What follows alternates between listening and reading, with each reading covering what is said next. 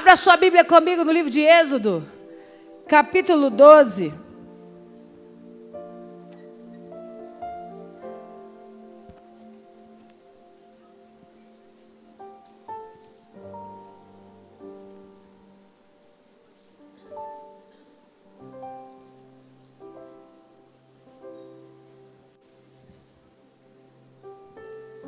Êxodo capítulo 12.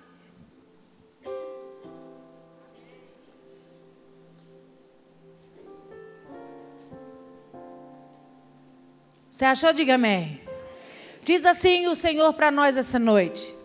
Disse o Senhor a Moisés e Arão na terra do Egito: esse mês vos será o principal dos meses, será o primeiro mês do ano. Falai a toda a congregação de Israel, dizendo: aos 10 desse mês, cada um tomará para si um cordeiro, segundo a casa dos pais, um cordeiro para cada família. Mas se a família for pequena para um cordeiro, então convidará ele o seu vizinho mais próximo, conforme o número das almas, conforme o que cada um puder comer. Por aí calculareis quantos bastem para o cordeiro. O cordeiro será sem defeito, macho de 1 ano. Podereis tomar um cordeiro ou um cabrito. E o guardareis até o 14º dia desse mês. E todo o ajuntamento da congregação de Israel o imolará no crepúsculo da tarde. Tomarão do sangue e porão nas ambas as ombreiras e na verga da porta, nas casas em que o comerem. Naquela noite comerão a carne assada no fogo com pães asmos, e ervas amargas a comerão. Não comereis o animal dado cru, nem cozido em água, porém assado ao fogo, a cabeça, as pernas e a fressura. Nada deixareis dele até pela manhã, o que porém ficar pela manhã queimá-lo-eis. Desta maneira o comereis: lombos cingidos, sandálias nos pés, cajado na mão. Comê-lo-eis, a pressa é a Páscoa do Senhor. Amém? Feche os seus olhos, abaixe a sua cabeça. Poderoso Deus, em nome de Jesus, essa é a tua santa palavra. E nós essa noite estamos reunidos para celebrar a tua Páscoa. Por isso, Pai, em nome de Jesus, ministra aos nossos corações, que o ouvido ouça e o coração receba a semente da palavra e as guarde. Deus, num terreno fértil e poderoso. Eu me coloco atrás da cruz de Cristo, a sombra do Onipotente. Eu te peço, tome esse altar, que é teu de honra e direito, ministra sobre nós, para a glória do teu nome, em nome de Jesus. Amém, amém, amém. Você pode aplaudir o Senhor? A Ele a honra, a glória e o louvor para sempre, aleluia. Nós precisamos entender que a data de hoje é celebrada não por causa do fundamento principal para nós, né? Que também aconteceu nessa data, que foi a ressurreição, a morte e a ressurreição de Jesus. Mas o princípio da Páscoa, a celebração da Páscoa, foi instituída pelo Senhor quando o povo ainda estava no Egito. Páscoa é Pessah em hebraico, que significa passagem ou passar por cima. Então, Deus institui a Páscoa no momento em que Ele entende que chegou a hora do povo sair do Egito. Que chegou a hora de começar uma caminhada em direção à terra da promessa. O sonho do coração de Deus. E Deus então chama Arão e diz a ele, a Moisés, que naquele determinado tempo, uma celebração especial aconteceria. E que eles precisariam estar prontos para viver essa celebração. E aí ele começa a descrever o que ele quer. Então eu digo, deixa eu perguntar uma coisa para você. Na autoridade do nome de Jesus. A gente precisa entender que quando nós celebramos as festas, que são festas fixas, pelo Senhor, quem as escolhe é o Senhor. Quem as organiza é o Senhor. Quem escolhe o que tem e o que não tem, também é o Senhor. Então entenda em nome de Jesus, que essas festas instituídas pelo Senhor, seguem uma ordem de especificidades, que vem do Espírito de Deus. O Espírito de Deus que escolheu. É por isso que devemos honrá-los e obedecê-los. E a Bíblia garante para mim que Ele é o mesmo. Ele é o mesmo de ontem, hoje e será para toda a eternidade. Ele não muda de ideia, Ele não muda de gosto nem de opinião. Então tudo aquilo que Ele disse que seria bom e que seria importante naquela celebração, continua perpetuando até hoje. Os significados, a expressão desse dia marcou a minha vida e a sua vida. Pastora, por quê? Porque eu não saí do Egito, do país fisicamente, eu não estava lá escravizado, eu não estava lá desenvolvendo tijolos nas minhas coxas como escravo do rei Faraó, mas no tempo de hoje, por muitas vezes o diabo me fez sim construir obras para ele. Muitas vezes o diabo me escravizou e me levou para distante da terra da promessa. Mas Páscoa, Pessá, é o dia onde Deus declara: acabou o tempo da escravidão. Acabou o tempo onde o inimigo te fazia de servo e de escravo. Eu vos chamei de filhos. Quero que vocês venham comigo, andem comigo, se aproximem. Vamos sair dessa terra contaminada, dessa terra idólatra, dessa terra que tem parte com aquilo que desagrada do meu espírito. Deixa eu levar você para a terra da promessa. Deixa eu levar você e encaminhar você, sua casa e sua família para o lugar que eu escolhi para que você viva. Páscoa, a celebração da Páscoa é declarar aos quatro cantos: Jesus me libertou. Porque eu também vivi um tempo de escravidão. Eu também vivi um tempo preso em cadeias. Mas Ele me deu um sinal e disse: se está faltando direção, eu sou o caminho. Se tem escuridão, eu sou luz. E se você está vivendo uma vida de morte, eu sou a vida que você precisa seguir. Nos deu o caminho, nos deu direção, nos deu entendimento e nos levou à terra da libertação. Levanta a sua mão que eu quero profetizar na autoridade do nome de Jesus. Se ainda existe aqui no meio alguém que ainda está preso em cadeias, aprisionado como servo, como escravo, na mão do diabo, eu declaro nessa noite, na autoridade do nome de Jesus, o tempo da escravidão acabou, porque o poder e o sangue de Jesus tem uma terra da promessa esperando por nós, um caminho esperando por nós, e esse, o Senhor, o Espírito do Senhor nos guiará livremente, em nome de Jesus. Aleluia, aplauda o teu Deus. Então observa que ele começa a chamar Moisés e Arão e começa a dizer para eles: eu preciso que vocês montem essa celebração. Não é uma festa. É um momento que terá muita importância de âmbito religioso, espiritual. E ele começa a dizer o que ele quer. Acompanha comigo. Ele diz, versículo 3: falai a toda a congregação de Israel, dizendo: aos 10 desse mês, cada um tomará para si um cordeiro, segundo a casa dos seus pais. Um cordeiro para cada. Então ele diz: eu preciso que vocês matem um cordeiro de 1 ano. E esse seja o jantar.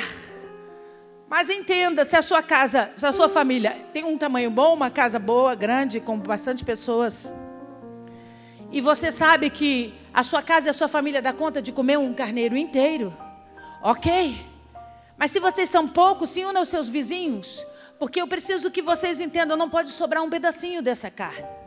Vocês têm que comer tudo. E aí ele diz: eu não quero que essa carne seja feita de qualquer jeito, ela não pode ser cozida. Ô amigo, se você acha que o teu Deus é um Deus que só declara promessa sobre a tua vida e não se preocupa com detalhe, você não conhece o teu Deus. O nosso Deus, quando Ele diz as coisas e quando Ele determina coisas sobre a minha vida, a sua vida, Ele nos dá detalhes. Ele nos coloca debaixo de um sentido perfeito para que você não seja enganado. Ele disse: eu preciso que esse cordeiro seja assado. Entenda, não vai cozinhar ele na água. Não vai fazer ele de qualquer receita do que vier na sua cabeça. Eu quero que ele passe pelo fogo. Eu quero que ele seja assado. Leia comigo. Versículo 5. O cordeiro será sem defeito, macho de 1 ano. Podereis tomar um cordeiro ou um cabrito, e guardareis até o 14º dia desse mês, e todo o ajuntamento da congregação de Israel imolará no crepúsculo da tarde. Tomarão o sangue e o porão em ambas as ombreiras e vergas da porta, nas casas que o comerem. Olha para mim um minutinho. O que eles fizeram? Sacrificaram o cordeiro. Retiram o sangue do cordeiro. Aquele sangue, eles passaram sobre o umbral da porta, aquela madeira de cima. Passaram aquele sangue sobre a madeira de cada casa, como sinal. Um sinal. E Deus diz assim: avisa eles que a casa que tiver o sangue do cordeiro sobre o umbral, o anjo da morte não tem poder sobre ela. Levanta a sua mão, na autoridade do nome de Jesus, que o sangue de Jesus esteja sobre a umbral da tua casa, na porta da tua casa, onde habita a tua casa e a tua família. E esse é o sinal de Deus para o anjo da morte. Lá você não pode tocar, lá você não tem autoridade para entrar.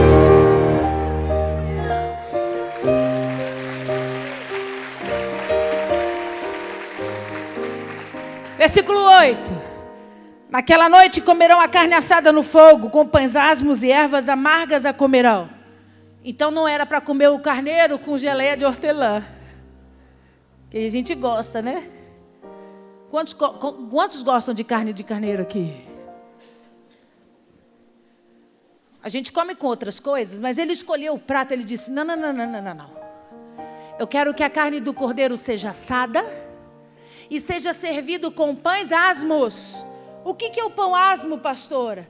É uma receita de farinha e água, sem fermento algum, nenhum tipo de fermento. É um pão que não incha, é um pão que não cresce.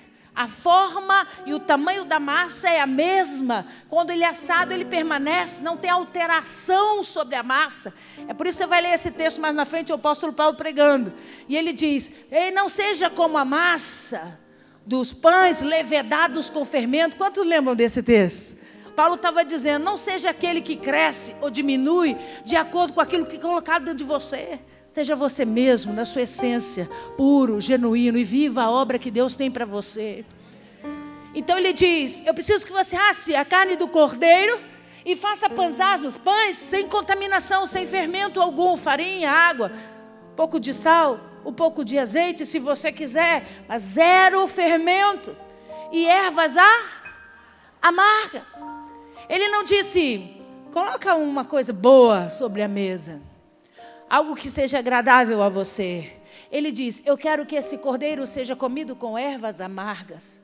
Por quê? Porque seria a última vez que o gosto amargo de estar no Egito, de estar debaixo da escravidão, viria sobre eles. Aquela erva amarga tinha um simbolismo muito forte. É por isso que até hoje eles na Páscoa continuam comendo ervas amargas para se lembrar do dia da libertação. Porque o povo de Israel levanta memoriais diários diante de Deus, e a gente precisa aprender muito com eles. Eles estão sempre se lembrando de todas as obras que Deus, o grande Yahvé, fez e faz pela vida de cada um deles. Então continua lendo comigo. Não comereis, versículo 9, não comereis do animal da cru, nem cozido em água, porém assado ao fogo, a cabeça, as pernas e então olha o que ele está dizendo. Olha o que ele está dizendo. Não é para comer só a coxinha, não. Porque eu não sei na sua casa, mas na minha casa tem briga quando a gente vai comer o frango, né? Porque todo mundo quer a parte que tem mais carne, a parte molhadinha, a sobrecoxa, né? Olha o recado de Deus. Vai comer tudo. O pescoço, as patinhas, toda a parte do cordeiro. Sabe por quê? Porque a gente precisa aprender a se alimentar de tudo que o cordeiro tem para dar. Não só da parte que me convém, não só da parte que me agrada. Jesus, o Cordeiro de Deus, que tira o pecado do mundo, não pode ser apenas para saciar as minhas deficiências, as minhas dores, os meus males, realizar os meus sonhos ou os meus projetos. Eu preciso me alimentar dele na verdade, eu preciso me alimentar nos seus conceitos, eu preciso me alimentar das suas direções, do objeto de transformação que ele nos ensina. Então, para participar da Páscoa do Senhor, eu preciso aprender a comer o cordeiro por inteiro. Não tem como celebrar a libertação se você não aprendeu a digerir tudo que Jesus pode te dar. Aprenda, irmão, em nome de Jesus. A coxinha é boa, porque tem carninha macia, saborosa. Mas se você não aprender a se alimentar das regras e da obediência, você nunca celebrará a sua libertação de forma total e plena. Porque você se torna alguém que só celebra as vitórias e esquece do todo o processo de transformação que Deus faz na sua vida. Olha para esse irmão que está ao seu lado e diga para ele, sabe por que você chegou até aqui? Porque Deus, diga para ele, te fez passar por muitos processos. Se você vivesse só de milagre, você não estava aqui hoje. Porque é o processo que transforma o homem. É a dificuldade que faz do homem mais forte. É o entendimento do sofrimento que nos faz amar ao próximo. É a carne inteira do Cordeiro. Você está aí? Então continua lendo comigo. Versículo 10. Nada deixarás dele até amanhã. O que, porém, ficar até pela manhã, queimá-lo? Se ficar o osso, algum tipo de membrana, junta tudo e taca fogo. Não pode ficar nada, não pode restar nada.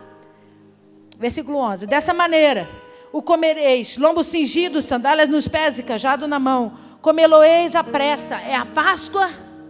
Ele diga, faça ceia, mas esteja pronto, porque nós vamos cear e vamos partir. Porque quem gosta de ficar no Egito é escravo ainda. Aquele que foi chamado para ser livre tem que ter pressa de sair do Egito. Tem que estar pronto para sair de lá. Na primeira oportunidade que Deus disser, acabou hoje, hein, querido? Acabou essa sopa hoje. Hoje eu estou escrevendo uma nova história para você. Eu quero levar você à condução de uma terra prometida. Esteja pronto para abandonar o Egito de uma vez por todas.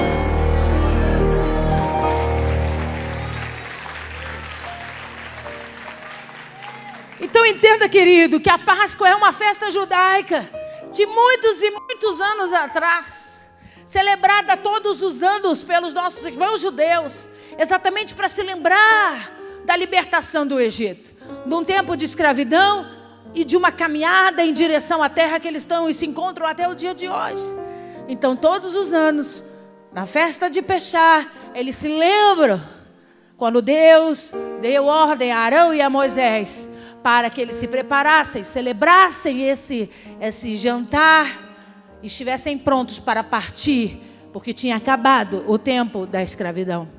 Então, como uma festa judaica, não seria impossível Jesus passar pela terra e não viver e celebrar essas festas fixas pelo próprio Deus, anualmente celebradas. Então, desde que Jesus nasceu até a sua morte, todos os anos, Jesus celebrava Peshá, se reunia em família. O que Jesus comia?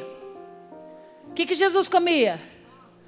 Pão sem fermento, comia cordeiros e comia ervas amargas. Ele era judeu, sua família era judia. Não tinha como deixar de celebrar a libertação. Isso era feito todos os anos, e nós vamos ver isso nas Escrituras. Abra sua Bíblia comigo em Mateus, Evangelho de Mateus, capítulo 26.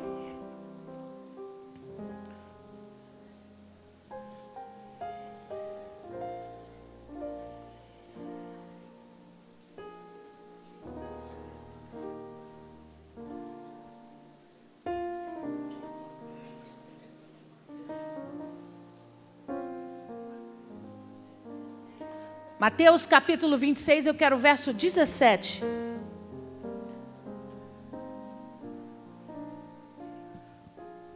Você achou? Diga amém. Olha o que diz. No primeiro dia da festa dos pães asmos, vieram os discípulos de Jesus e lhe perguntaram: onde quereis que te façamos os preparativos para comeres? Viu aí? Então, todo ano celebravam juntos, ou em família. E nesse momento, então, que Jesus já estava há pelo menos outros 3 anos acompanhado dos discípulos, celebrava a Páscoa com eles. Sentavam-se à mesa, participavam da festa e da celebração da festa judaica. Olha o que eles disseram: Jesus, onde nós vamos celebrar a Peshá, a festa da passagem, a festa da libertação? Aí continua o texto comigo. E ele lhes respondeu: ide à cidade ter com certo homem e dizei: o mestre manda dizer, meu tempo está próximo. Em tua casa celebrarei a Páscoa com meus discípulos. E eles fizeram como Jesus lhe ordenara e prepararam Então Jesus fala assim: você vai procurar essa pessoa aqui e vai dizer para ele que eu preciso da casa dele. Preciso da casa dele emprestado, para a gente celebrar a nossa Páscoa, eu e vocês. Um momento íntimo, particular. A Maria não estava. A mãe de Jesus não estava, os outros irmãos de Jesus não estavam, parentes próximos, as outras Marias, amigas e parceiras de ministério não estavam. Jesus queria uma Páscoa íntima, Jesus queria uma celebração de libertação íntima, porque seriam dias de revelações poderosas. Então, eles vão procurar esse homem, um homem que tinha uma casa grande, e a Bíblia chama essa parte superior de cenáculo, uma sala grande e aberta. Quando você for comigo lá, eu vou te levar lá para você ver. E aí, você entra nessa sala grande, a Bíblia deixa claro que os discípulos então preparam a celebração da Páscoa. O que eles prepararam? Prepararam uma mesa que tinha, principalmente sobre a mesa, pães asmos, pães sem fermento, carne de cordeiro assado, ervas amargas. E é óbvio que ninguém come a seco, né? O que tinha mais sobre a mesa? Vinho, bastante vinho. E aqui tem 3 litros, vão sair daqui bêbados, de tanto tomar suco de uva. Tinham frutas típicas da época sobre a mesa, né? Eles arrumaram essa celebração com muito carinho. Era Páscoa e Jesus queria algo especial. Então os discípulos arrumaram as comidas, as bebidas, arrumaram a mesa, colocaram alguns elementos especiais sobre a mesa, que eu vou explicar um pouco mais na frente. Mas eu preciso que você entenda, era uma celebração judaica. Eles estavam juntos ali, celebrando a festa da libertação, a festa da passagem. Aí acompanha comigo.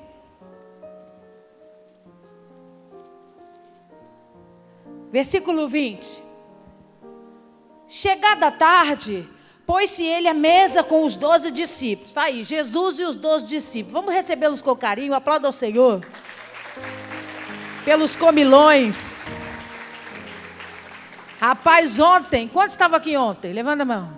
Eles estavam todos jururu, porque eu só botei água para eles beberem. Mas hoje estava aqui cedo uma alegria, que sabiam que eles iam comer pra caramba, né? Então Jesus chega com os discípulos e se assentam à mesa, exatamente como está aqui. Observa comigo o versículo 21. Enquanto comiam, declarou Jesus: em verdade vos digo que um dentre vós me trairá. E eles, muitíssimos contristados, começaram a perguntar-lhe: porventura sou eu, Senhor? E ele respondeu: o que mete comigo a mão no prato, esse me trairá. O Filho do Homem vai, como está escrito a seu respeito, mas é daquele que por intermédio de quem o Filho do Homem está sendo traído. Melhor que não houvesse nascido. Então Judas, que o traíra, perguntou: acaso sou eu, mestre? Respondeu-lhe Jesus: tu o disseste. Então observa aqui comigo. Aqui está a mesa. Essa ordem não era aleatória, não sentavam do jeito que eles queriam, né? Tinha uma ordem aqui por conta de toda a obra que Jesus fazia. Então, esse discípulo à esquerda de Jesus era João. Dá tchau aí, João. Isso.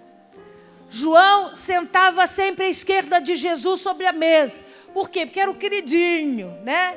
O amado, aquele discípulo que gosta do abraço, que gosta do carinho, né? Que gosta da expressão de amor manifestada, pública. Desliga para mim, por favor. À direita de Jesus, o Judas traidor, o Iscariotes. Levanta a mão, dá tchau aí para o povo te ver. Deu sorte que o dia de desmalhar o Judas foi ontem, tu não estava aqui, né? Então, por que o Judas ficava à direita de Jesus? Olha que tenso ter o amor do lado esquerdo e o traidor do lado direito.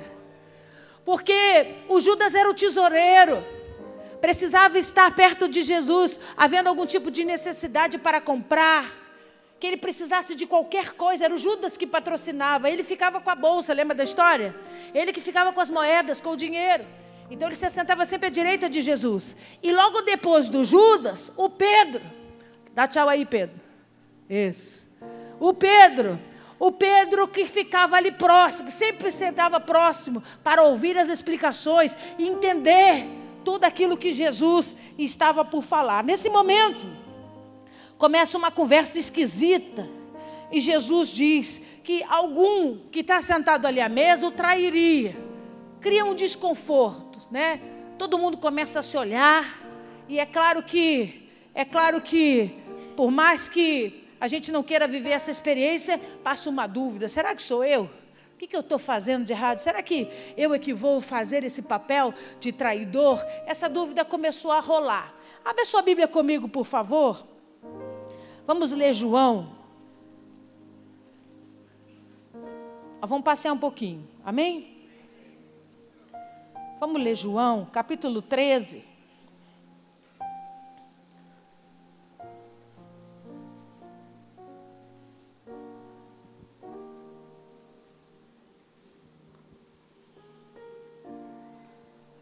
Treze, 21.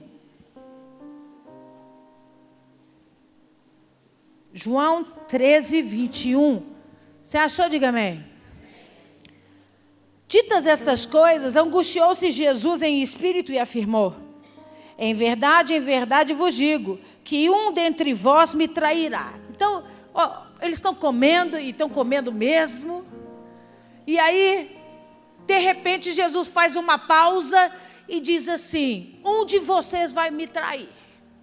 Cria um clima esquisito, fica um olhando para o outro, tentando entender o que de verdade a palavra traição estava querendo significar. Acompanha o texto de João 22. Então os discípulos olharam uns para os outros, sem saber a quem ele se referia.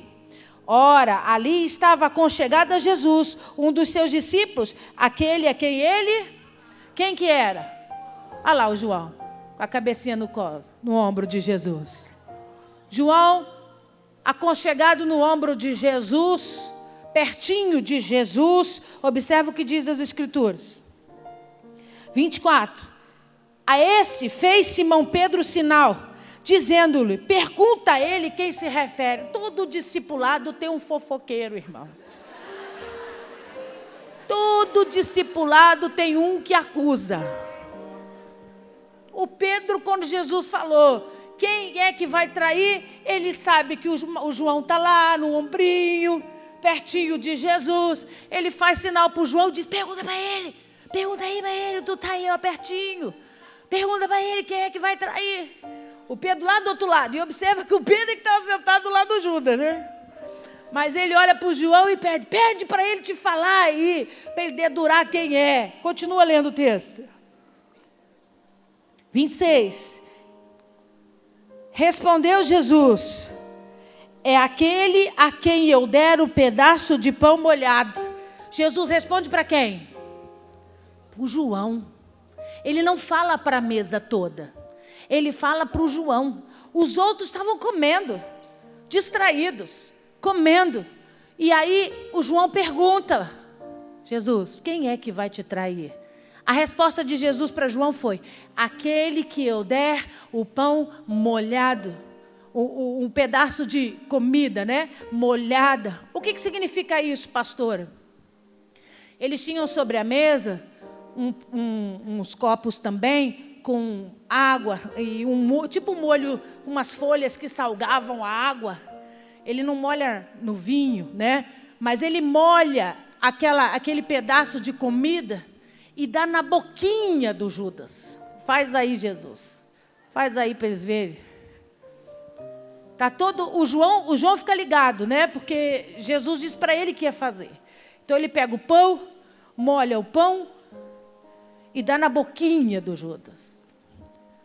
Por que isso não foi sinal de nada e nem escândalo? Porque eles não comiam com garfos, eles não comiam com faca. Todo mundo comia com as mãos. Então era natural partir o pão, dividir. Eles estão comendo a carne de cordeiro, o pão com as mãos, compartilhando com as mãos. Então não foi sinal para ninguém de que aquilo representaria alguma coisa complicada e perigosa. Eu só quero fazer um adendo para que você entenda. Durante muitos anos, você também comeu o pão molhado e colocavam na sua boca dizendo que era o corpo e o sangue de Jesus. Mas na ministração da ceia, o corpo e o sangue tem que ser distintos, separados, entendidos e comidos de formas separadas. Em nenhum momento você viu Jesus molhar o pão no vinho. Na celebração da ceia, nós vamos ver isso agora. O corpo, o pão é celebrado, depois o vinho é celebrado. Mas você por muitos anos comeu o pão molhado. Comeu ou não comeu? E sabe o que estavam dizendo? Ele é o Judas. Aquele que eu der o pão molhado, esse será o Judas. Vira para esse irmão que está ao seu lado e diga para ele: glória a Deus, que eu saí do Egito e Jesus me libertou, aleluia. Você entendeu? Dá um glória a Deus aí. Acompanhe as escrituras comigo. Jesus respondeu: aquele a quem eu der, versículo 26, o pedaço de pão molhado. Tomou, pois, um pedaço de pão e, tendo molhado, deu a Judas, filho de Simão Iscariotes. E após o bocado, imediatamente entrou nele Satanás. Então disse Jesus: o que pretendia fazer, faze-o depressa. Então, assim que ele come o pão, Jesus olha para ele e diz para ele: o que você tem que fazer, faze-o depressa. E aí o que acontece? O Judas levanta e sai. O Judas levanta e sai e vai embora. Quando ele come do pão que Jesus coloca na boca dele, a Bíblia diz que o espírito do Satanás entra em Judas. E Jesus diz para ele: vai cumprir aquilo que já está dentro de você e saia da mesa. Então, fica agora Jesus e os 11. O Judas não pertence ao momento mais importante da história, a comunhão da ceia. Entenda de uma vez por todas. A ceia estava colocada na mesa para todos. O Judas não comeu porque decidiu trair a Cristo. Porque decidiu não viver aquilo que Cristo tinha para a vida dele. Você é bem-vindo à mesa e à ceia do Senhor, mas decida estar com Ele e viver para Ele. Observa o versículo 28. Nenhum, porém, dos que estavam à mesa percebeu o que fim lhe dissera isso. Pois como Judas era quem trazia a bolsa, pensaram alguns que Jesus lhe dissera: compra o que precisamos para a festa, ou lhe ordenara que desse alguma coisa aos pobres. E ele, tendo recebido o bocado, saiu logo, e já era de noite. Volta comigo lá, por favor, em Mateus.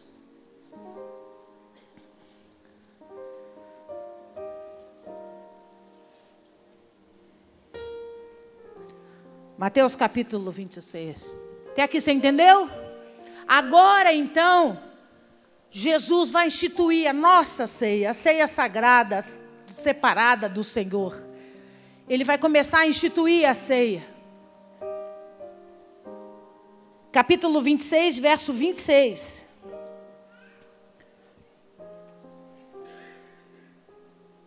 Você achou? Enquanto comiam, tomou Jesus um pão. E abençoando, partiu e deu a seus discípulos, dizendo: tomai e comei, isto é o meu corpo.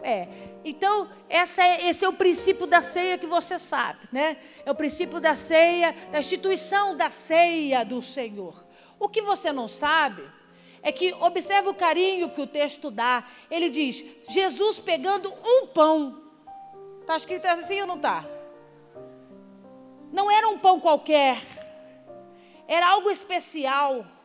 O que tinha, lembra que eu disse que essa era uma instituição de uma festa judaica. Então os costumes judaicos também estavam sobre a mesa. E dois deles principalmente. Um, que é esse pano azul que está aqui sobre a mesa, é chamado em hebraico de afikoman. Afikoman, traduzido literalmente, significa sobremesa. É a melhor parte da janta ou do almoço. Eu pelo menos fico esperando a sobremesa. A comida pode estar muito boa, mas eu fico: o que vem por aí, né? O que ainda vai vir por aí? Então o sentido é o mesmo. A expectativa de algo doce, saboroso, que traz alegria, que vai se manifestar após a principal refeição. Essa é a tradução da palavra ficomã. O segredo é que a palavra ficomã é dividida em 3 partezinhas em hebraico, que traduzidas literalmente significa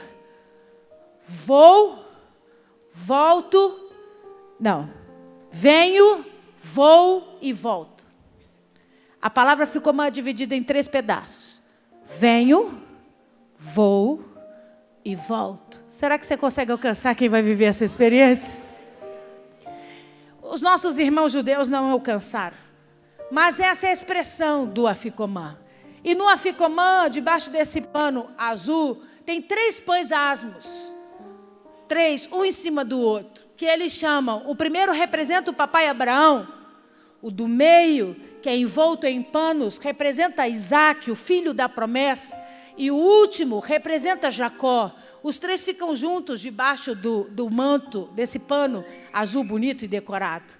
Mas quando a Bíblia Sagrada diz para mim que Jesus, observa o versículo 26, enquanto comiam, tomou Jesus um pão e abençoando partiu e deu a seus discípulos. Jesus não pega o pão que eles estavam comendo como sanduichinho de carneiro, de cordeiro.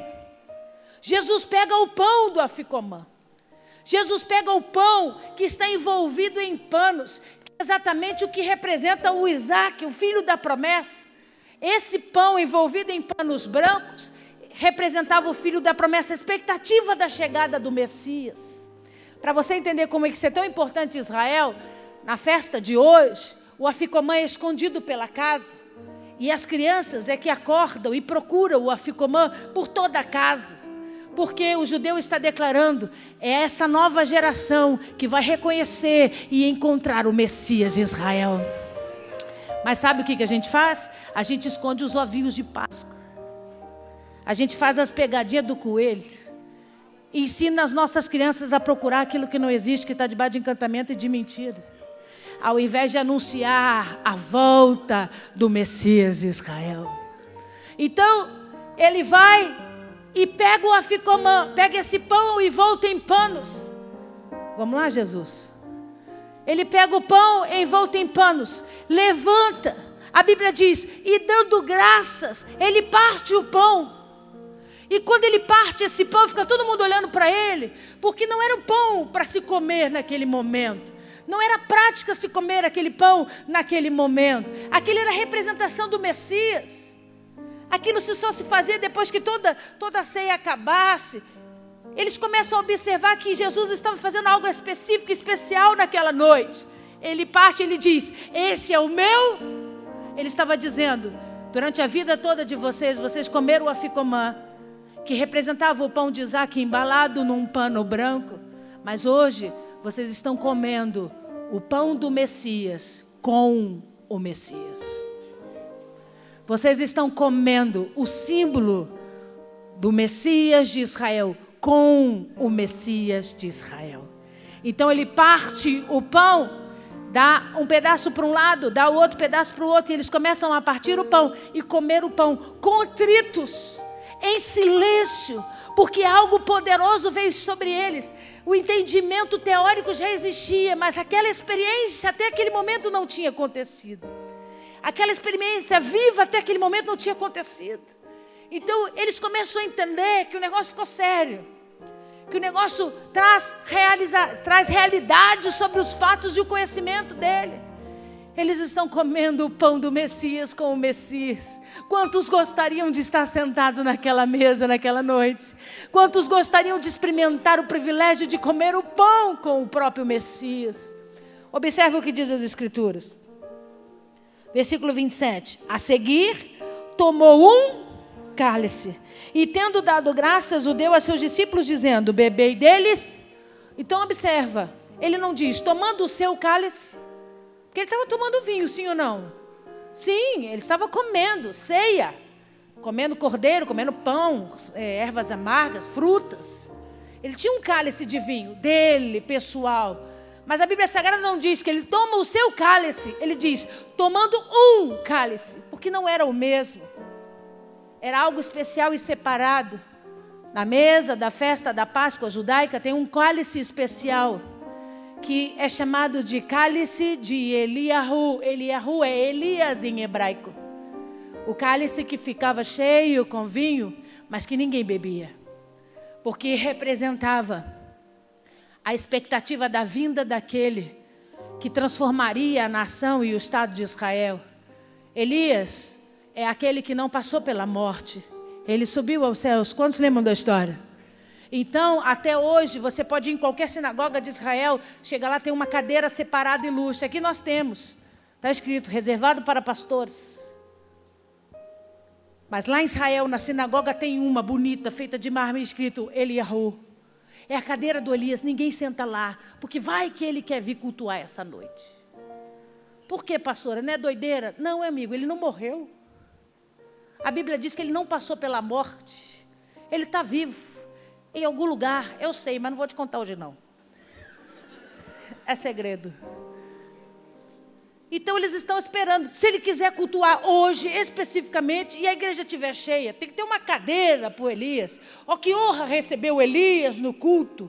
Então vamos deixar a cadeira. Da mesma forma que tem cadeira nas sinagogas, tem o cálice do Eliyahu sobre a mesa da Páscoa. O cálice daquele que representa, aquele que venceu a morte, que não passa pela morte, que se manifesta debaixo do poder e na unção do Messias. Então olha a cena, Jesus pegando um cálice, ele pega o cálice do Eliyahu, levanta o cálice e tendo dado graças, diz, bebei todos, lê a palavra comigo. Versículo 28, porque isto é o meu sangue, o sangue da nova aliança, derramado em favor de muitos para a remissão dos pecados. Jesus disse assim, esse cálice até hoje era o cálice do Elias, o cálice da expectativa da chegada do Messias sobre Israel. Olha o que eu estou dizendo, é meu, representa o meu sangue, porque sou eu o Messias de Israel, o esperado dos profetas, o esperado das nações, sou eu. E ele diz, e esse sangue vai estabelecer uma nova aliança. Durante tanto tempo vocês esperam o Elias, deixa eu dizer agora, vocês vão começar a ter saudade de mim. Vocês vão esperar a minha volta, vocês vão esperar a expectativa de estar comigo para toda a eternidade, porque eu sou aquele que em todo o tempo histórico, biblicamente, foi revelado. Eu sou o Messias de Israel. Então, ele pega o cálice, lê a Bíblia comigo. E digo-vos que desta hora em diante, não bebereis desse fruto da videira até o dia em que hei de beber novo convosco no reino do meu Pai. Ele diz, é a última vez que eu vou celebrar essa ceia. Não vou celebrá-la mais, até quando estivermos todos juntos no reino do Senhor. Quem é que vai reinar com Cristo aqui? Nós vamos ter o prazer de estarmos todos à mesa, celebrando e bebendo desse cálice poderoso em comunhão com o verdadeiro Senhor e Salvador das nossas vidas. Amém? E aí ele compartilha desse cálice. Todos eles bebem desse suco, desse vinho, no cálice de Eliyahu. Algo inédito para eles, algo que eles não faziam. Fica todo mundo bem contritado, bem apreensivo, tamanha responsabilidade de passar por essa experiência. Observa que eu disse para você ontem, que o texto de João capítulo 13, quando fala a ação de Jesus de lavar os pés dos discípulos, foi exatamente após esse momento. Eles acabam de ministrar a ceia, e aí Jesus então começa o processo de lavar os pés dos discípulos. Mas a Bíblia diz para nós que assim que termina a ceia, você vai ler comigo aqui, ó, versículo 30. E tendo cantado um hino, saíram para o Monte das Oliveiras. Então eles terminam a ceia, Jesus faz o lava-pés, que você aprendeu ontem. E aí, assim que termina todo aquele processo de explicação, eles se levantam da mesa, cantam um hino e são levados ao jardim, ao lugar do Getsemane. E é isso que vai acontecer com os nossos discípulos. Aplauda o Senhor pela vida deles.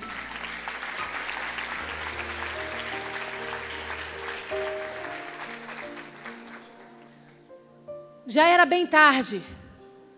Depois de comerem bastante, estarem com a barriga bem cheia, de uma janta farta, eles vão para um lugar chamado Getsemane. Getsemane é uma peça de pedra onde se faz o processo de retirada do azeite da azeitona.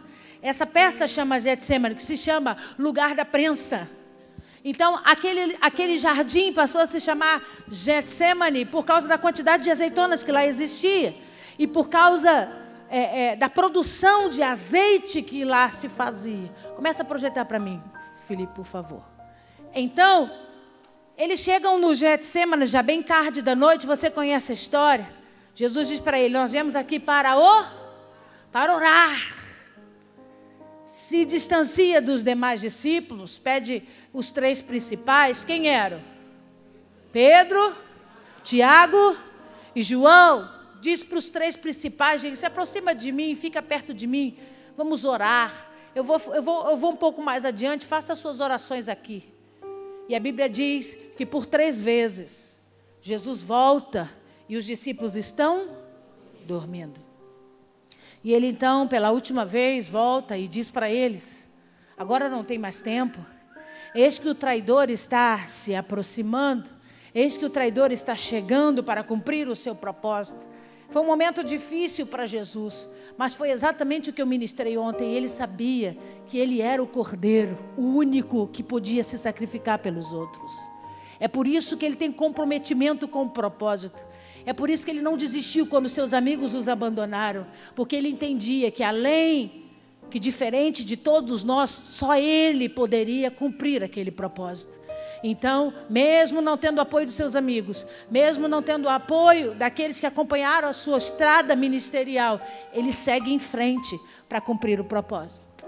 A Bíblia diz que nesse momento entra Judas com os soldados romanos e imediatamente o Judas faz sinal e combina, um sinal e diz, como é que nós vamos saber quem é?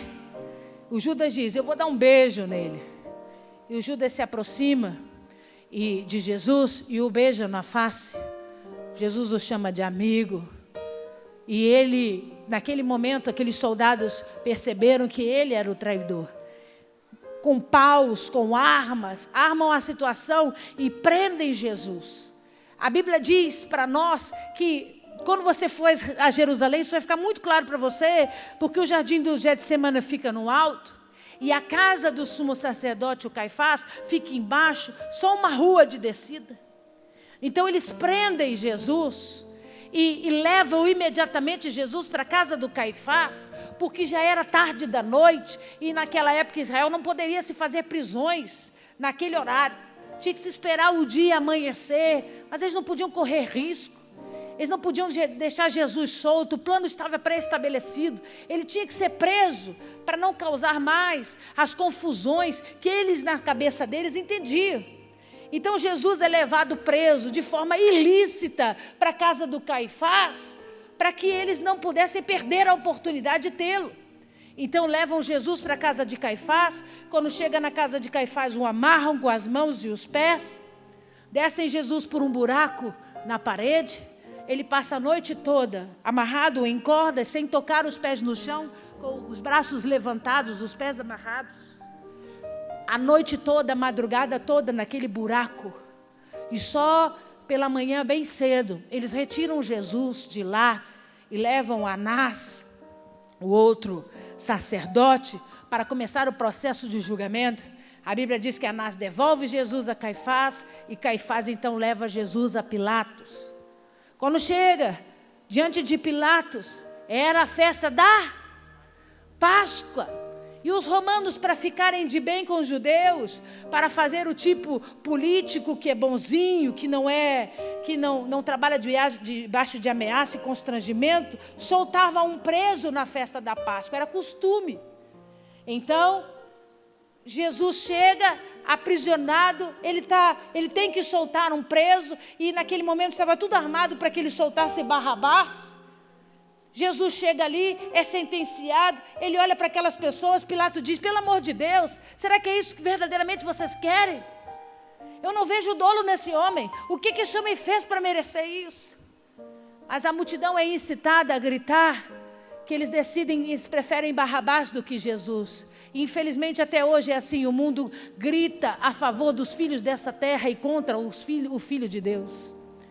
E eles gritaram, nós queremos que solte Barrabás, nós queremos que solte Barrabás. Naquele momento você conhece a história, Pilatos lava a mão e diz, não vai cair sobre a minha cabeça uma gota desse sangue, porque eu não vejo culpa nesse homem. E os sacerdotes que lá estavam gritavam, que venha sobre nós, sobre nossas gerações, sobre os filhos dos nossos filhos. É por isso que Israel sofre até hoje, porque não teve a dignidade de reconhecer aquele que habitava em paz sobre a sua terra. Jesus então é sentenciado, Barrabás é solto, Jesus é sentenciado por Pilatos e começa um momento do sacrifício. Ele é levado para um lugar, uma fortaleza chamada Antônia, onde os soldados romanos ali o ridicularizam. Os soldados romanos despem as suas roupas e os rabinos dizem que nesse momento não fica tão romântico como os filmes que você via, em que colocavam apenas uma tanguinha de pano. Eles arrancam a roupa dele inteira. Para o judeu é um escândalo ver um homem completamente nu. Nem os filhos viam seus pais. Lembra da história do Noé? Não é cultural que isso aconteça, mas eles não têm um pingo de compaixão por Jesus. Eles arrancam todas as suas roupas. Eles debocham dele, trazem um manto escarlate, vestem e dizem: você agora, você não é o rei dos judeus? Pede ajuda, pede socorro. Colocam sobre a sua cabeça uma coroa de espinhos. E começa a imoralidade, começa a ridicularizar, debochar dele. E levam Jesus para o lugar onde eram feitos os sacrifícios, onde eles batiam e torturavam os seus prisioneiros. Jesus foi torturado por algumas horas. O seu corpo em flagelos, cortado, derramando sangue. Sofreu mudo como ovelha muda. Foi levado àquele lugar, tomando chicotadas, pedaços de açoites com pedaços de ferros na ponta, que quando socavam as costas de Jesus, arrancavam pedaços. Depois que eles já deixaram Jesus num estado muito baixo, de sofrimento e de calamidade, eles então trazem a madeira. Jesus não carregou a cruz, como você viu nos filmes, era apenas uma tora, a parte vertical da cruz já estava pregada lá.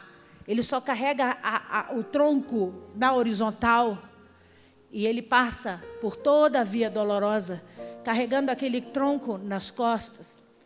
Era sexta-feira, o dia só acaba às 6 da tarde, quando entra o Shabat, quando começa a preparação para o dia santo, o dia separado dos judeus. Até às 6 horas da tarde tem comércio nas ruas. Quando você passar comigo pela via dolorosa, você vai ver. Os comerciantes estão lá para vender. Os comerciantes estão lá para propagar o seu produto. Eles não se importam quem passa por lá, quem faz o que lá. E nós passamos pela via dolorosa, imaginando o nosso Cristo carregando essa tora de madeira. E as pessoas comercializando pão. Levem pão, comprem pão, o pão é mais barato comigo. Nós temos flores, nós temos tecidos, nós temos frutas. Jesus passando por aquele meio e ninguém dando valor, ninguém entendendo o sofrimento daquele homem, porque para eles Jesus era nada.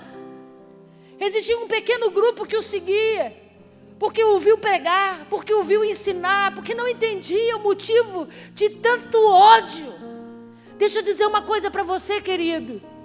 Não é diferente com a minha vida e a sua vida. Não vai ser diferente.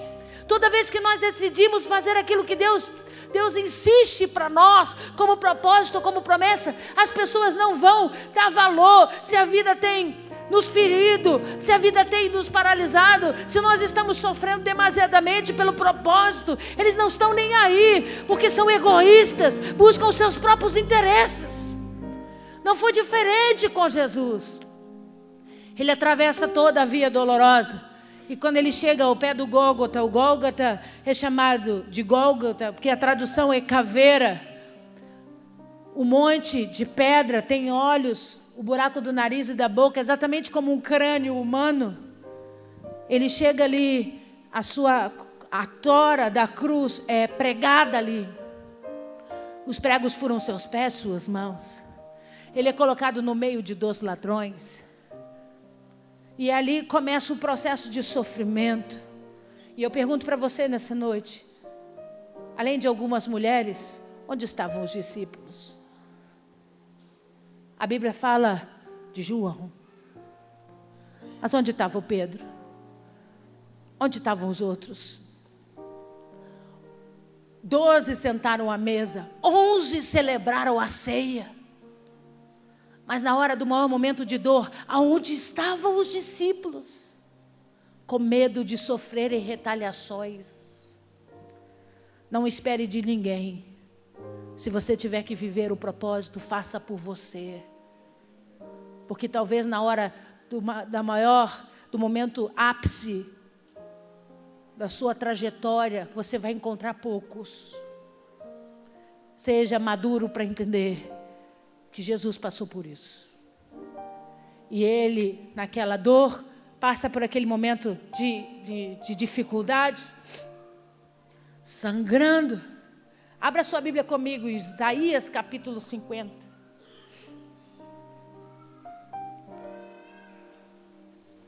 O profeta Isaías profetizou a fala de Jesus nesse dia.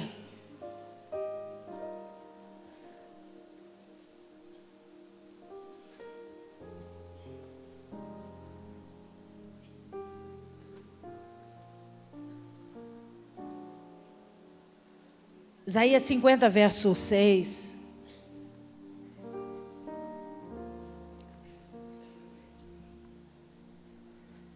O profeta Isaías, relatando o sacrifício de Jesus na cruz, olha o que ele diz: ofereci as costas aos que me feriam e as faces aos que me arrancavam os cabelos. Não escondi o rosto aos que me afrontavam e me cuspiam, porque o Senhor Deus me ajudou.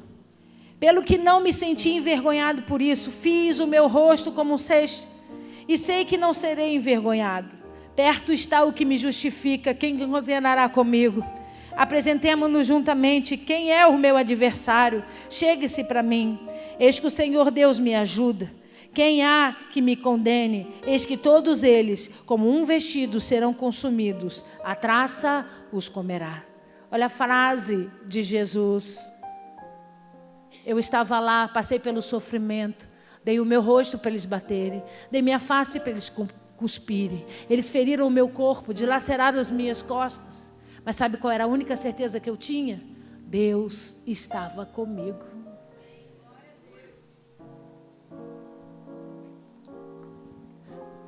Você precisa entender que tem determinados momentos da minha vida e da sua vida que Deus nos permite passar por situações tão dolorosas. E que às vezes pode passar pela sua cabeça essa dificuldade de viver isso. Por que eu, Deus? Mas não foi essa a pergunta que Jesus fez. Jesus disse: eu dei meu rosto, eu dei minha face, eu dei minhas costas. Eles me bateram, eles me agrediram, eles me ofenderam. Mas a única certeza que batia dentro de mim era: o meu Pai está comigo. O meu Pai está me ajudando a passar por tudo isso. Ele sabia que Deus não iria interromper o propósito, porque Deus não é homem para que minta, nem filho do homem para se arrepender. O propósito precisava ser cumprido para que eu e você estivéssemos aqui essa noite. Ele não poderia parar no meio do caminho. Ele não poderia desistir em cada chicotada que ele levava. Ele precisava permanecer. E toda vez que o seu corpo físico sentia, ele olhava e clamava. E ele sabia que o Pai estava ali, dizendo: eu não posso te dar poder nesse momento. Eu não posso fazer você olhar e todos eles caírem endemoniados, porque você não vai cumprir o propósito, meu filho. Mas eu estou aqui. Você vai passar por isso, mas nós vamos celebrar por toda a eternidade, porque muitos se levantarão por causa da dor desse dia na sua vida. Aplauda ao Senhor.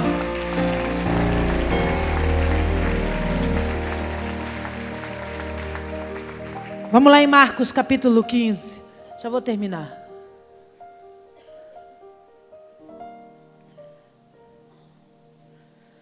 Marcos capítulo 15.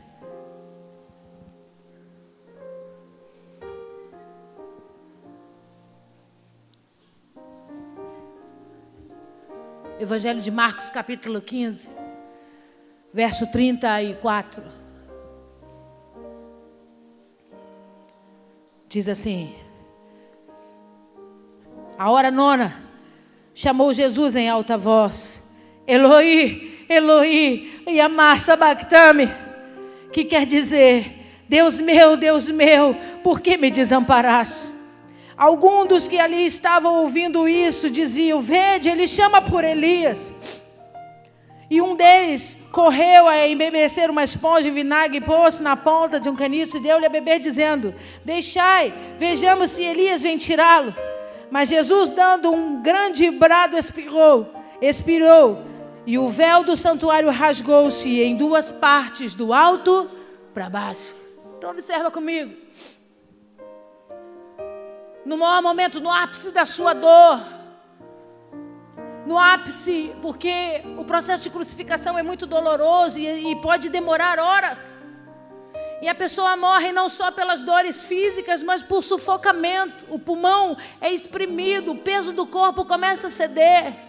Fica você com os braços abertos aí 5 minutos, você não aguenta. E não tem um prego na tua mão. Os braços estendidos, os pés bloqueados um por cima do outro. O corpo é erguido, ele não podia encostar o corpo no tronco de madeira, porque não era uma madeira lixada. Não era uma madeira que não tinha farpas. As costas dele estavam toda picada. Se ele encostasse as costas naquele tronco, a dor dele piorava. Então ele preferia ficar afastado dela. E afastado do tronco, faltava ar sobre os seus pulmões. No momento de ápice dessa dor, ele olha para o céu e ele grita, a Bíblia Sagrada diz: Eloi, Eloi, lama sabachthani.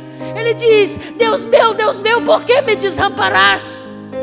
Pastora, a senhora acabou de dizer em Isaías 50 que ele estava passando pelas dores, mas ele tinha convicção de que o Pai estava com ele. Por que ele grita? Por que Deus me abandonou nesse momento? Porque ele olha para o céu e ele vê o trono, mas ele vê o Pai dele de costas.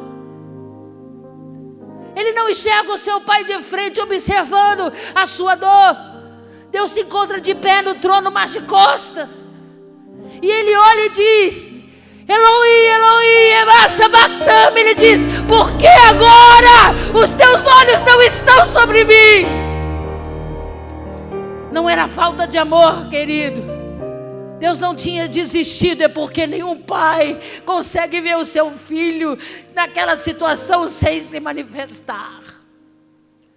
Deus preferiu ficar de costas para não contemplar os últimos momentos de agonia e de dor de Jesus. E aí a Bíblia diz para nós, acompanha comigo, versículo 37. Mas Jesus, dando um grande brado, expirou. Ele grita: está consumado. Quando ele grita: a ti eu entrego o meu espírito, Deus, e ali ele morre. Deixa eu te contar o que aconteceu no céu. Durante mais de 3.000 anos existiu uma promessa sobre a terra, que foi constituída no Éden. Quando Adão pecou e Eva pecaram, Deus disse: virá aquele que vai pisar a cabeça da serpente, que virá nascido de uma mulher e terá autoridade sobre a terra e governará sobre todos. Por mais de 3.000 anos eles estavam contemplando no céu quando que isso irá acontecer, quando que nós veremos a profecia se cumprir. Os anjos andavam para um lado e para o outro, sem entender o que estava acontecendo. Olhavam para Deus, Deus em pé no trono de costas, o céu abalado, sem entender o que estava acontecendo, até que Jesus grita: está consumado.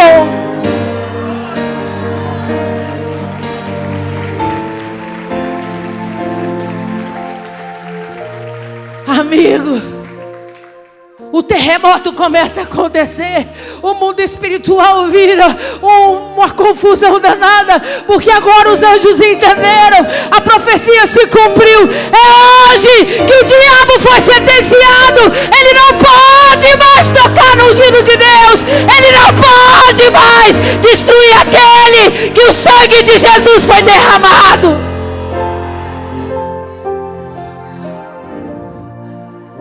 Você imagina isso? Eu quero que você assista em silêncio o som dos últimos momentos da vida de Jesus. Vamos assistir.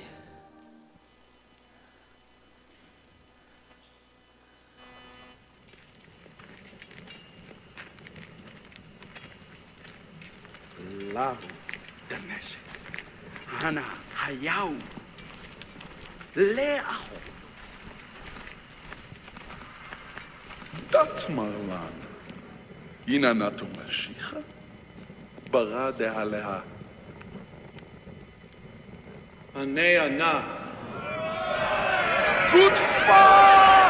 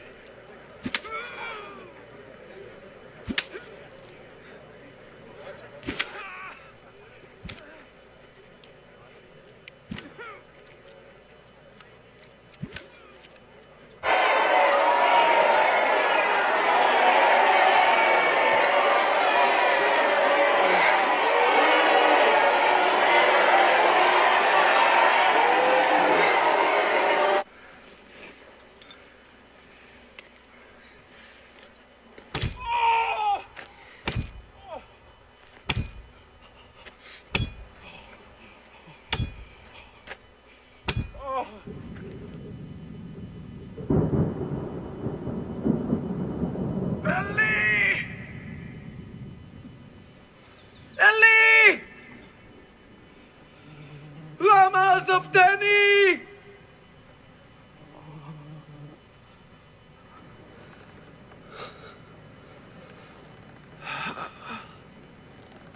מה שלום?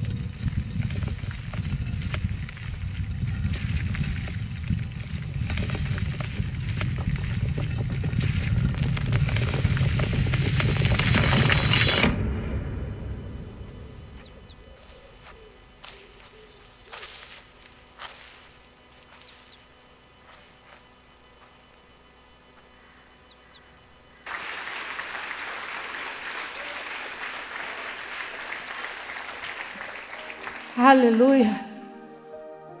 Fala comigo. Em João capítulo 20.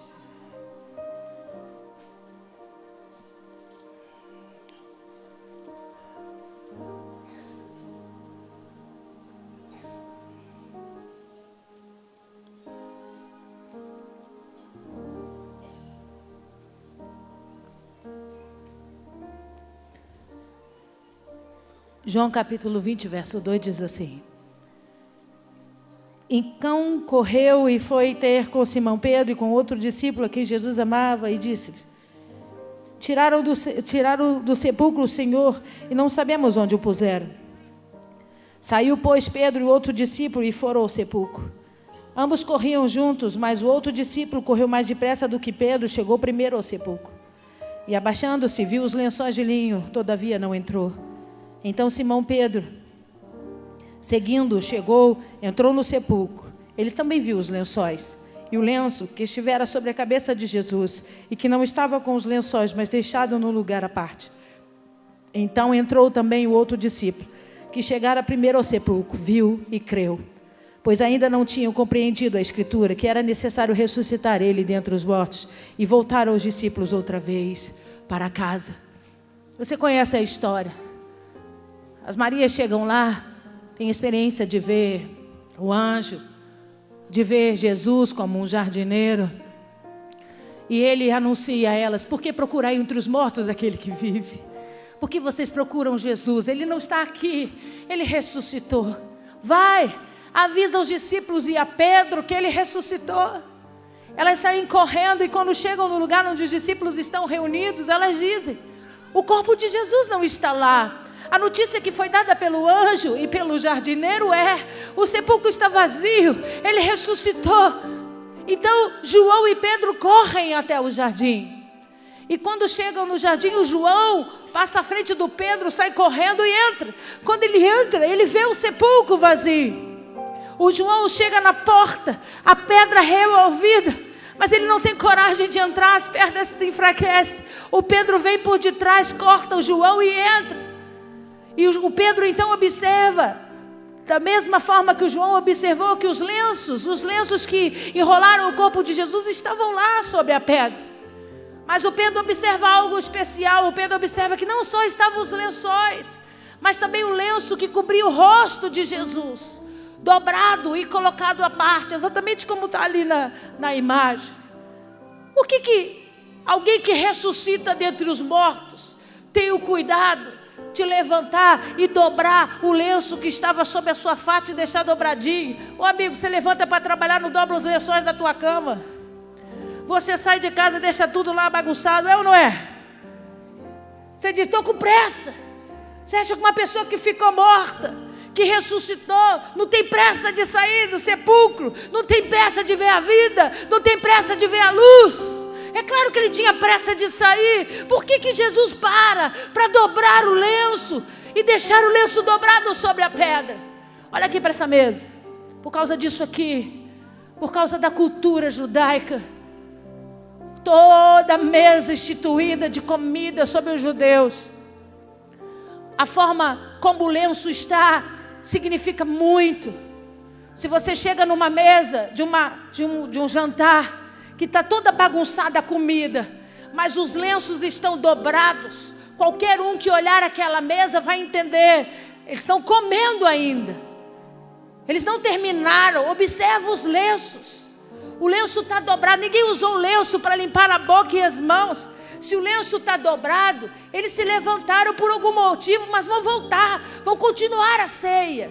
Mas olha aqui para essa mesa, não tem um lenço dobrado aqui. Por quê? Porque eles terminaram de comer. Eles terminaram a ceia, comeram o cordeiro, beberam o vinho, se alimentaram do pão asmo, comeram a ceia, limparam suas mãos, sua boca, amassaram o lenço e jogaram o lenço sobre a mesa e foram embora para o jardim de Getsemane, porque essa era a cultura. As mulheres que entraram aqui depois para arrumar, perceberam, eles já acabaram, eles não vão voltar. Por mais que ainda tenham comida sobre a mesa, eles já comeram, porque aqui não tem, porque eles comeram tudo. Só tem uva. Mas pode recolher, pode lavar os pratos, pode guardar louça, eles não vão voltar para sentar à mesa.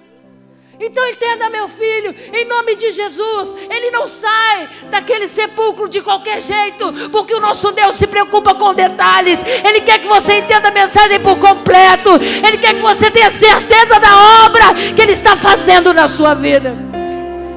Quando ele pega o lenço que estava sobre o seu rosto e ele volta a respirar, ele dobra o lenço com todo cuidado. Eu fiquei morto 3 dias, mas eu vou viver para toda a eternidade. Eu posso deixar um carinho para os meus discípulos.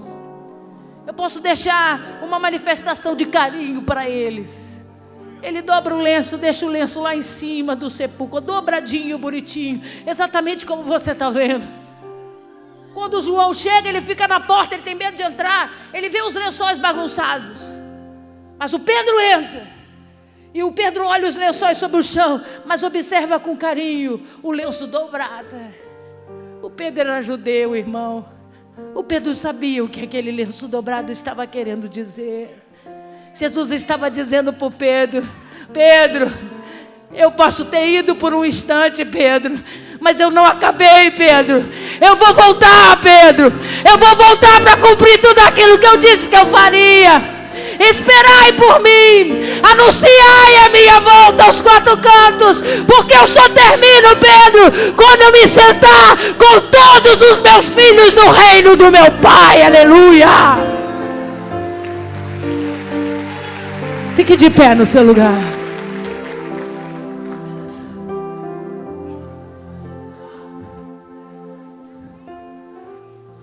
Eu não sei você, mas eu tenho muitos motivos para celebrar o Senhor essa noite. Muitos motivos para dizer muito obrigado. Muitos motivos para dizer obrigado porque o Senhor não desistiu.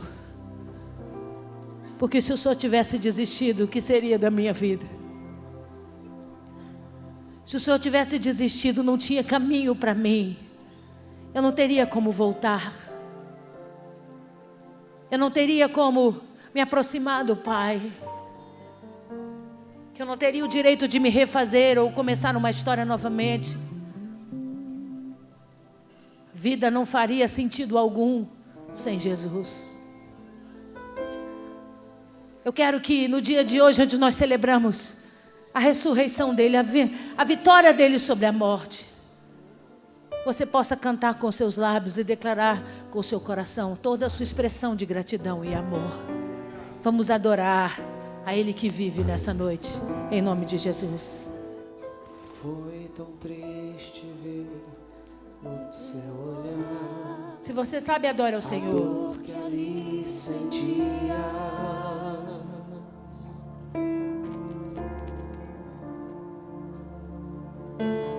Como troca por tão grande amor, te cravaram numa cruz.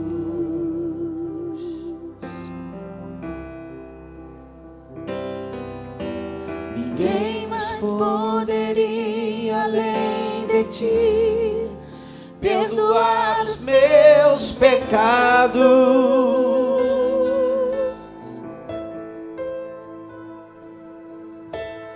Com autoridade garantir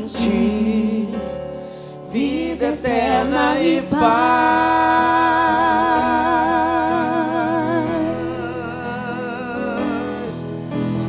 Mas a cruz não conseguiu vencer o autor da minha vida.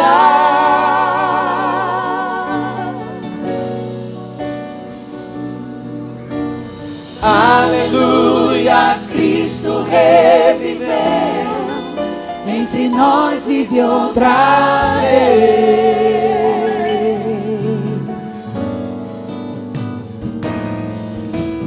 Novamente eu posso adorar em espírito e em verdade.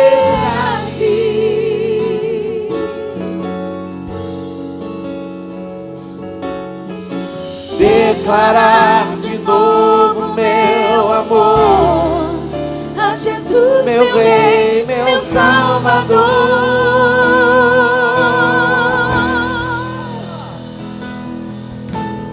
Foi tão triste ver no teu olhar a dor que ali sentia.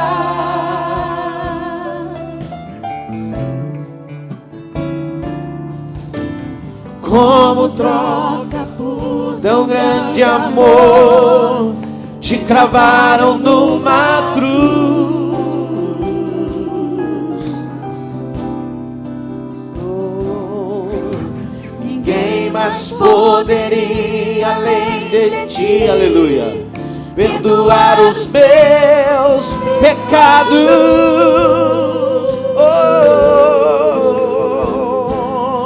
E com autoridade garantir vida eterna e paz.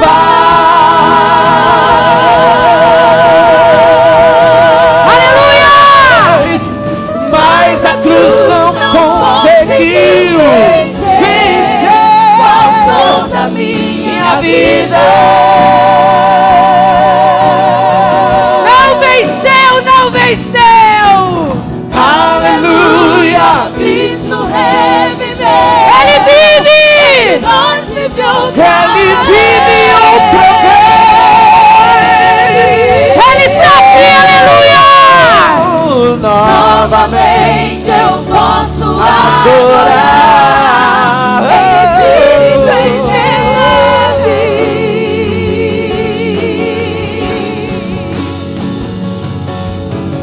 declarar de novo meu amor a Jesus, meu Rei, meu Salvador.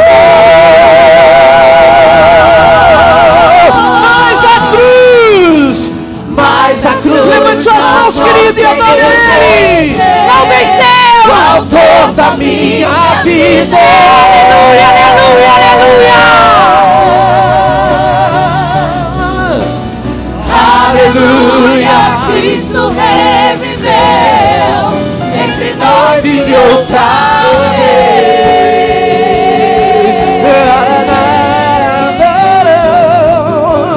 Novamente eu posso adorar em espírito e em verdade.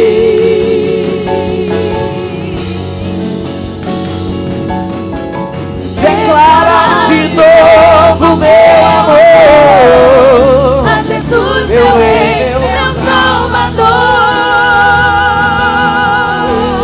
Levanta as tuas mãos aos céus. Aleluia. E glorifica Ele que vive.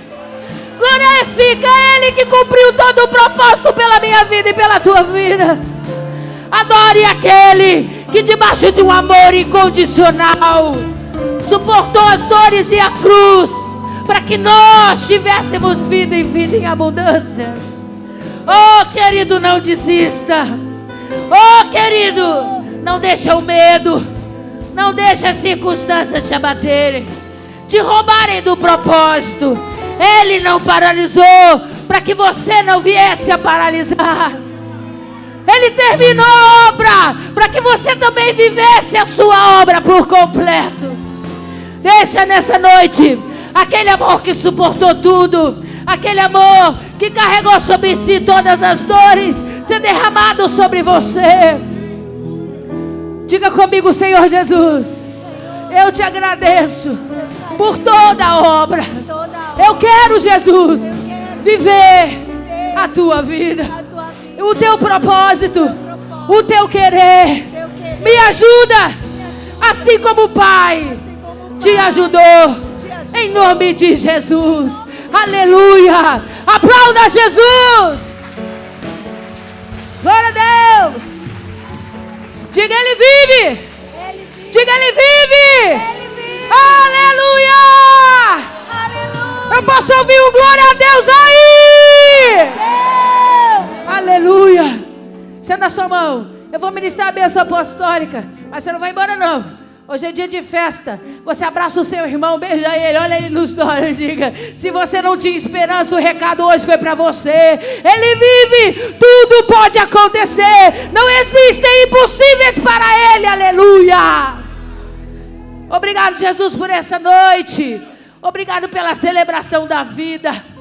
Obrigado porque a Páscoa é libertação, a Páscoa é saída do Egito, mas a Páscoa também é reconciliação, é perdão, é graça, é poder, é misericórdia.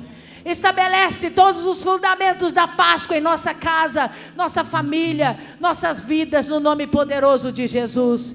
Com o amor de Deus Pai, a graça salvadora do nosso amado Jesus Cristo de Nazaré seja comigo, com você, com a tua casa, com todo Israel de Deus, até a volta do nosso Senhor, em nome de Jesus. Amém, amém, amém. Vai em paz, querido. Ele vive.